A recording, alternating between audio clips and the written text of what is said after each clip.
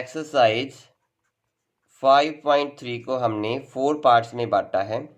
First part में हमने question first और क्वेश्चन सेकंड को किया है। सेकंड पार्ट में हमने क्वेश्चन 3 को किया है। थर्ड पार्ट में हम क्वेश्चन 4 टू क्वेश्चन 14 करेंगे और लास्ट पार्ट में हम क्वेश्चन 15 टू करेंगे। तो 5.3 एक्सरसाइज को 4 पार्ट्स में हमने डिवाइड किया है, यानी 4 वीडियो इनकी बनाई जाएगी। चलिए दोस्तों, आज हम करते हैं exercise 5.3 part first, 10th class math NCERT series.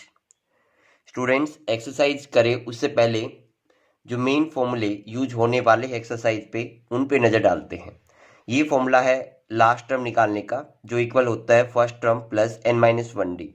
ठीक है, ये फॉर्मूला हमने एक्सरसाइज 5.2 में यूज किया था। सिमिलरली यहाँ पे आपको जो पूछा गया है एक्सरसाइज 5.3 में, जिसमें आपसे एपी के टर्म्स का सम पूछा गया है, तो उसको निकालने का फॉर्मूला है n/2 into 2a plus n-1d।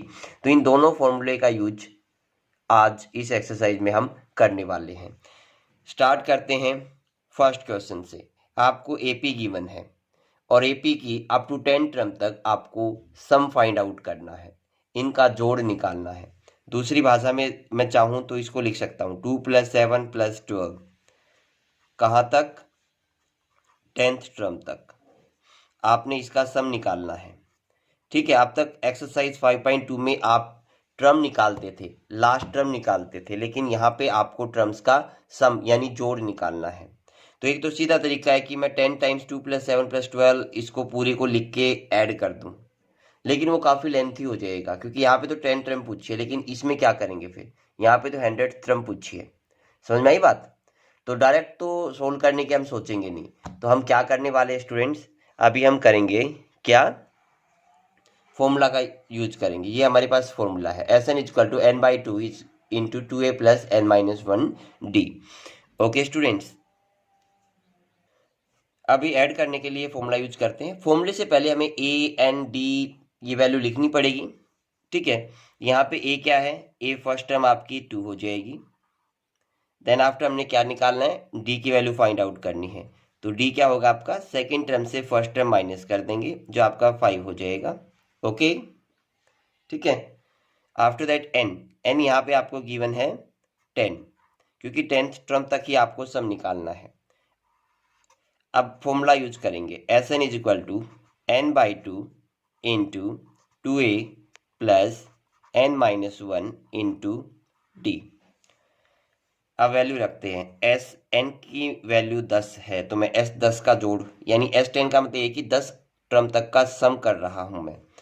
n यानी 10/2 गुणा में 2 गुना a कितना है? 2 जमा n आपका 10 घटा 1 गुना d कितना है? 5। कट कर दो, तो S10 तक का सम कितना आएगा आपका? 2 × 5 = 10 यानी 5 आ गया। इधर 2 × 2 = 4, बॉडमास रूल फॉलो करना आपको। जमा 10 में से 1 जाएगा, 9 बचेगा, 9 × 5 = 45।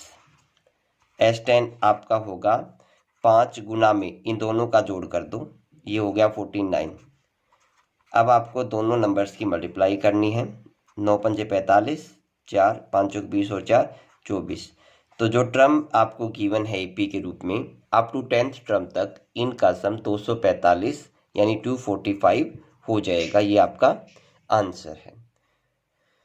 सिमिलरली हम करते हैं सेकंड पार्ट। सेकंड पार्ट में आपको -37 प्लस यानी इनका सम आपको निकालना है। तो पहले मैं स्टेटमेंट को उतार लेता हूँ। कितनी टर्म्स तक निकालना है?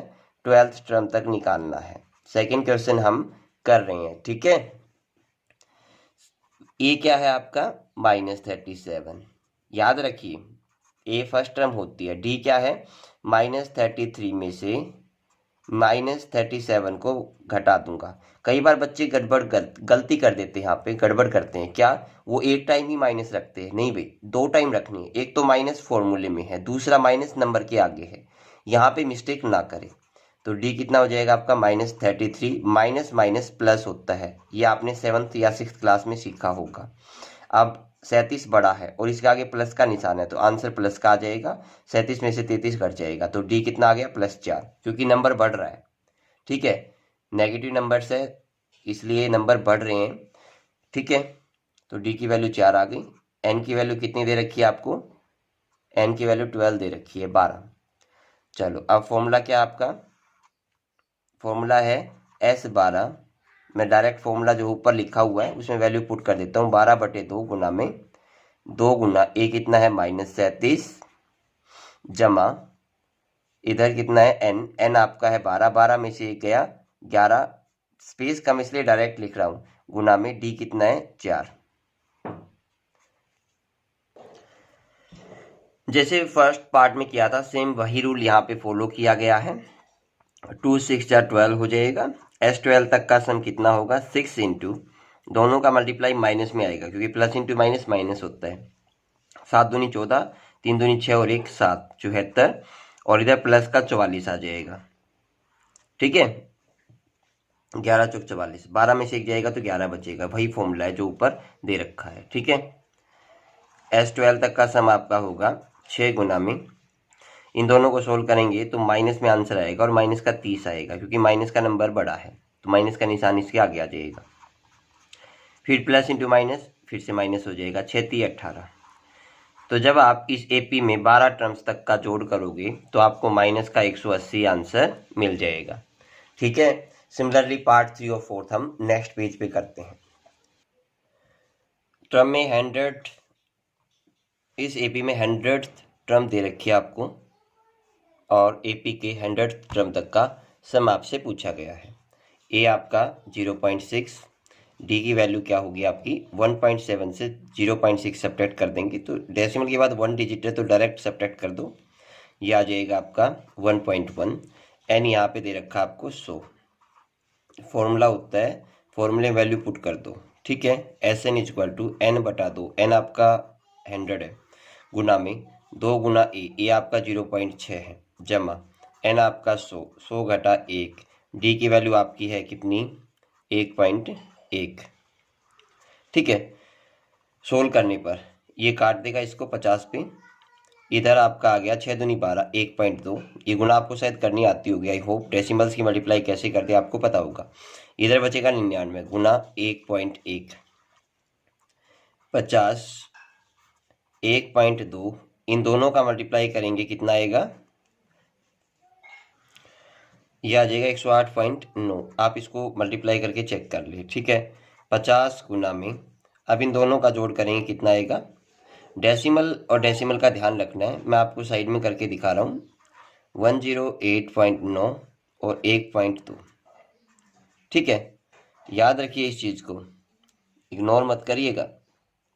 डेसिमल के नीचे डेसिमल आता है तभी आप जोड़ कर सकते हैं। 9 2 11, 8 1 9 1 10, 1 और 1, तो जोड़ आ गया आपका 110.1।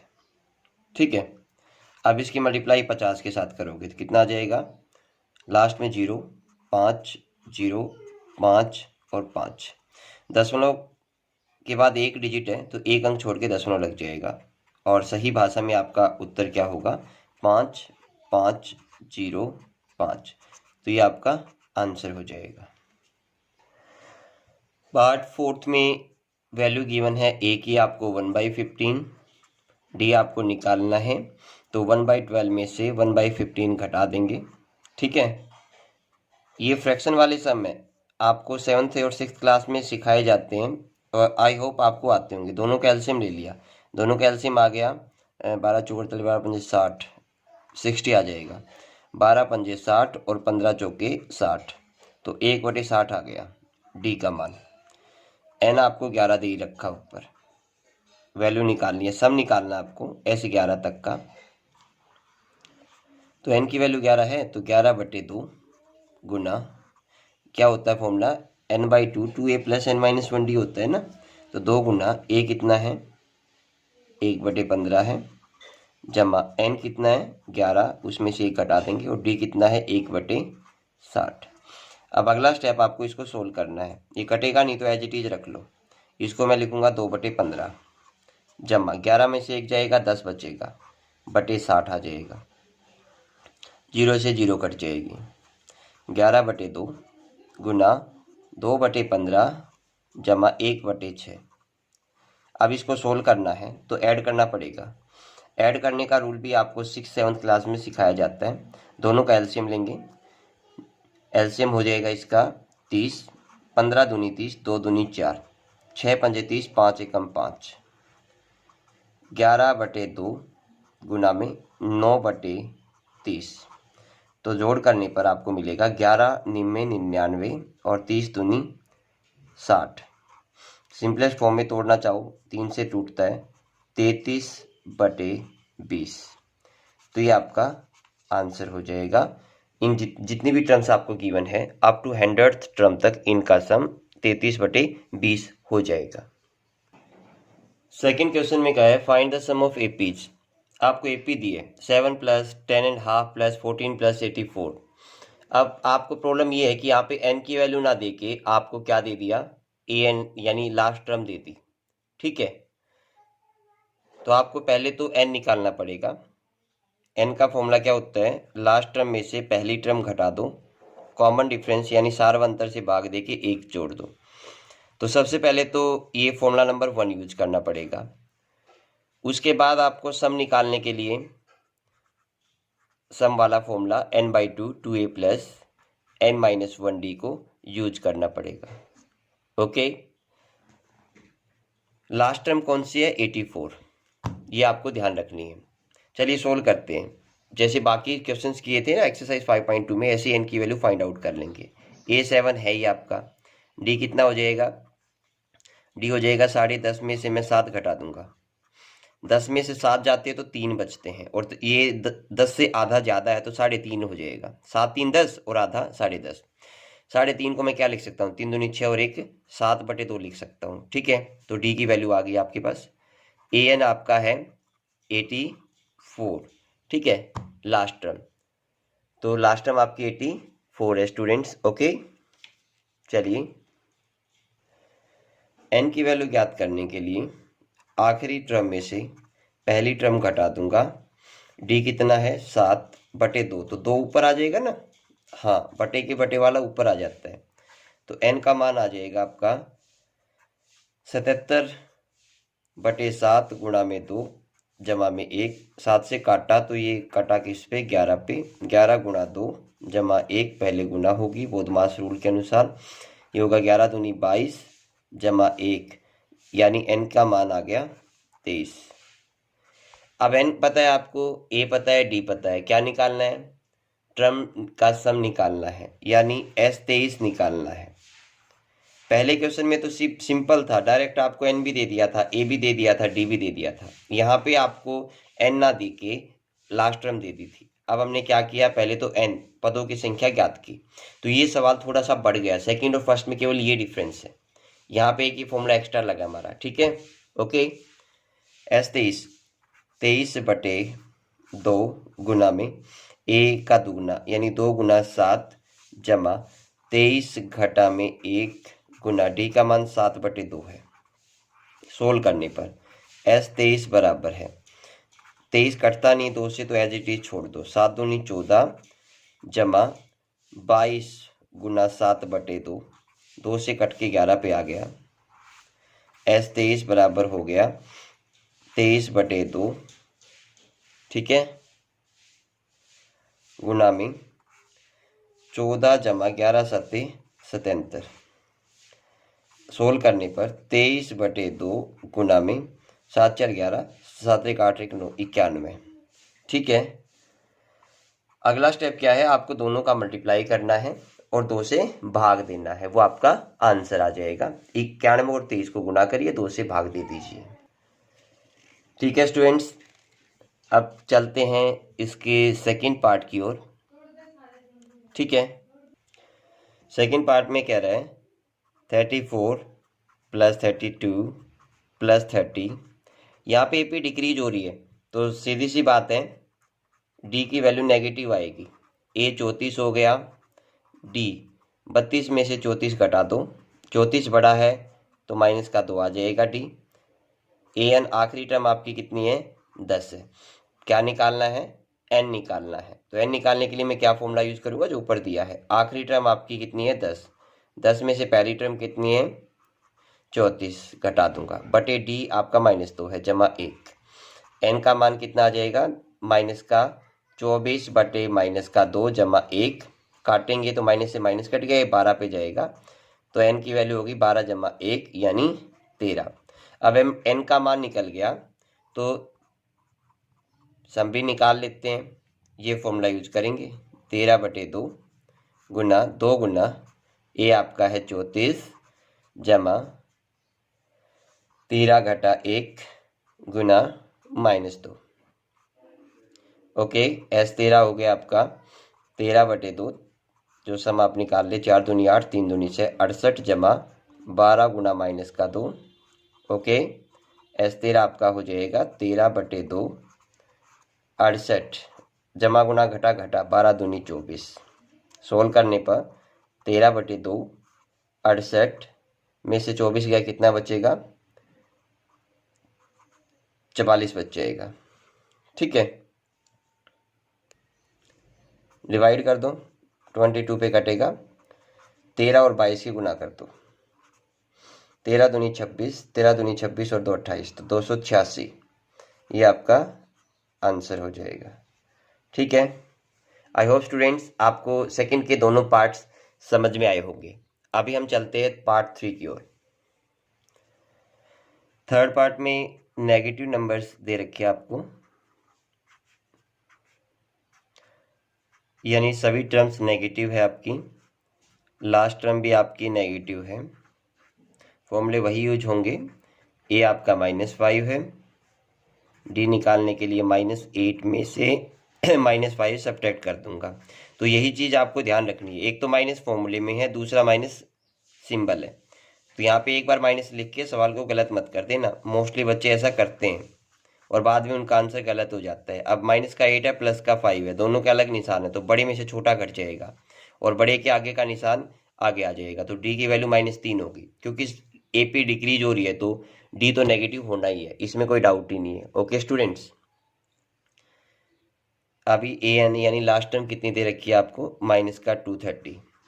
n की वैल्यू निकालते हैं पहले, लास्ट टर्म में से पहली टर्म घटा देंगे, यहाँ पे भी 2 टाइम्स माइनस आएगा, एक तो माइनस फॉर्मूले में है, दूसरा माइनस वैल्यू में है, बटे डी की वैल्यू -3 है जमा 1, -230 माइनस माइनस प्लस का 5 हो जाएगा, बटे -3 जमा 1, n की वैल्यू आ जाएगी माइनस का 225 बटे -3 जमा में 1, माइनस से माइनस कैंसिल, काटेंगे तो 75 पे जाएगा, तो n की वैल्यू आ गई 75 जमा 1, n बराबर हो गया 76।